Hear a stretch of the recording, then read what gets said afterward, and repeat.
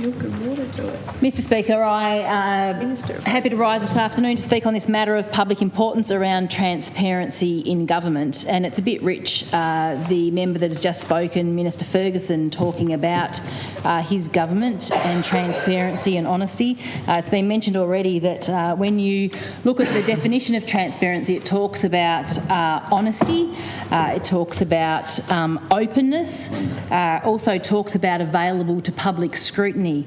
Now, honesty is a really key tenet of anything in this place, and one of my last contributions in the last sitting time was around the Treasurer's preliminary outcomes report. And this Minister, this Treasurer, stands and talks about being honest with people.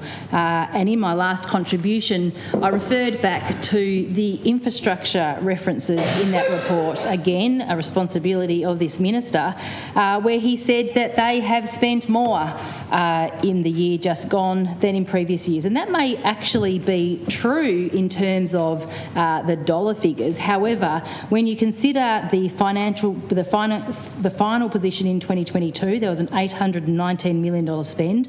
Yes, the actual spend in 23 was $968 million. However, this government promised the people of Tasmania that they would deliver $1.3 billion worth of infrastructure, and they didn't. The one thing that's true about this government is they make promises all day, every day. They commit things to the Tasmanian people saying, we're great, we're going to do this, we're going to help you, we're going to be useful, we're going to do what we say we do, and you don't. This government, from the very first time that I came into this place, I could tell that this government believes that it's okay to say whatever they want with no intention or capability of actually delivering on it. And just in the last parliamentary sitting, the Minister, the Treasurer, again did it to Tasmanians. And it's not good enough.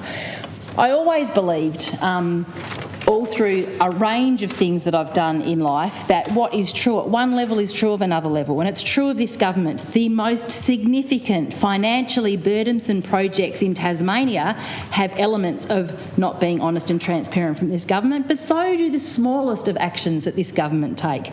And it's not just in big economic projects where this government can't help themselves but to be anything than untruthful, but it's also in the small community projects. Now, I've got a list. It's a short list. It's a list that I could think of this morning when we decided that we'd talk about transparency in government, but it goes across almost all responsibilities of this government as an indication of not in any area can this government hold themselves to account, be truthful to themselves or to the people of Tasmania.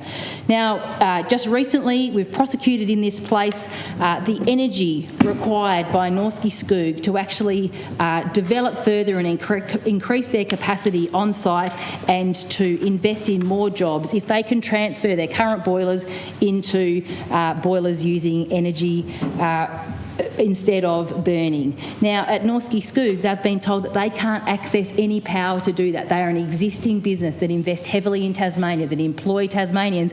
They can't grow.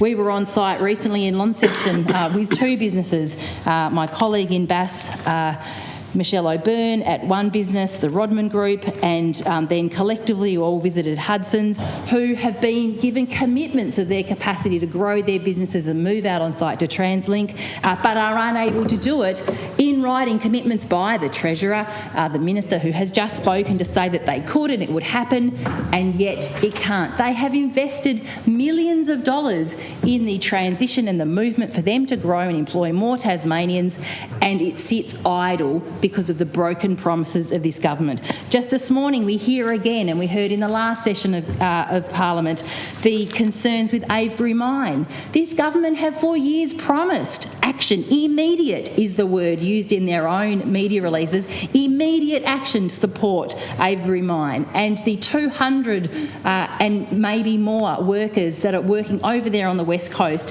whose jobs are at risk. And when you have got 200 jobs at risk on the West Coast of Tasmania, the regional jobs that were scoffed by the attorney when they were referenced in question time this morning, that has a far greater impact than just those 200 individuals. It impacts their families. It impacts the workers that are related to the mine. It impacts the extended, not just West Coast, but northern community and Tasmanian community because of how important those jobs are to the West Coast in Tasmania.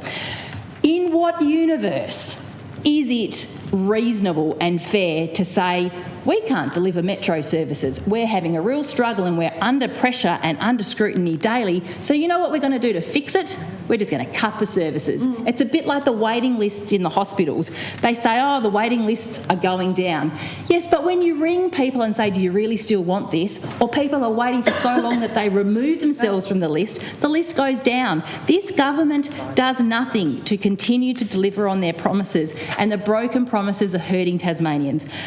Speaking of health, the LGH in Launceston, the centrepiece of the last election, a signature commitment from this government was the $580 million redevelopment, the stage 2 redevelopment of the LGH. Now, we know that this government went to Canberra asking funds for a stadium, but not for the essential services and development of the LGH for the people of northern Tasmania.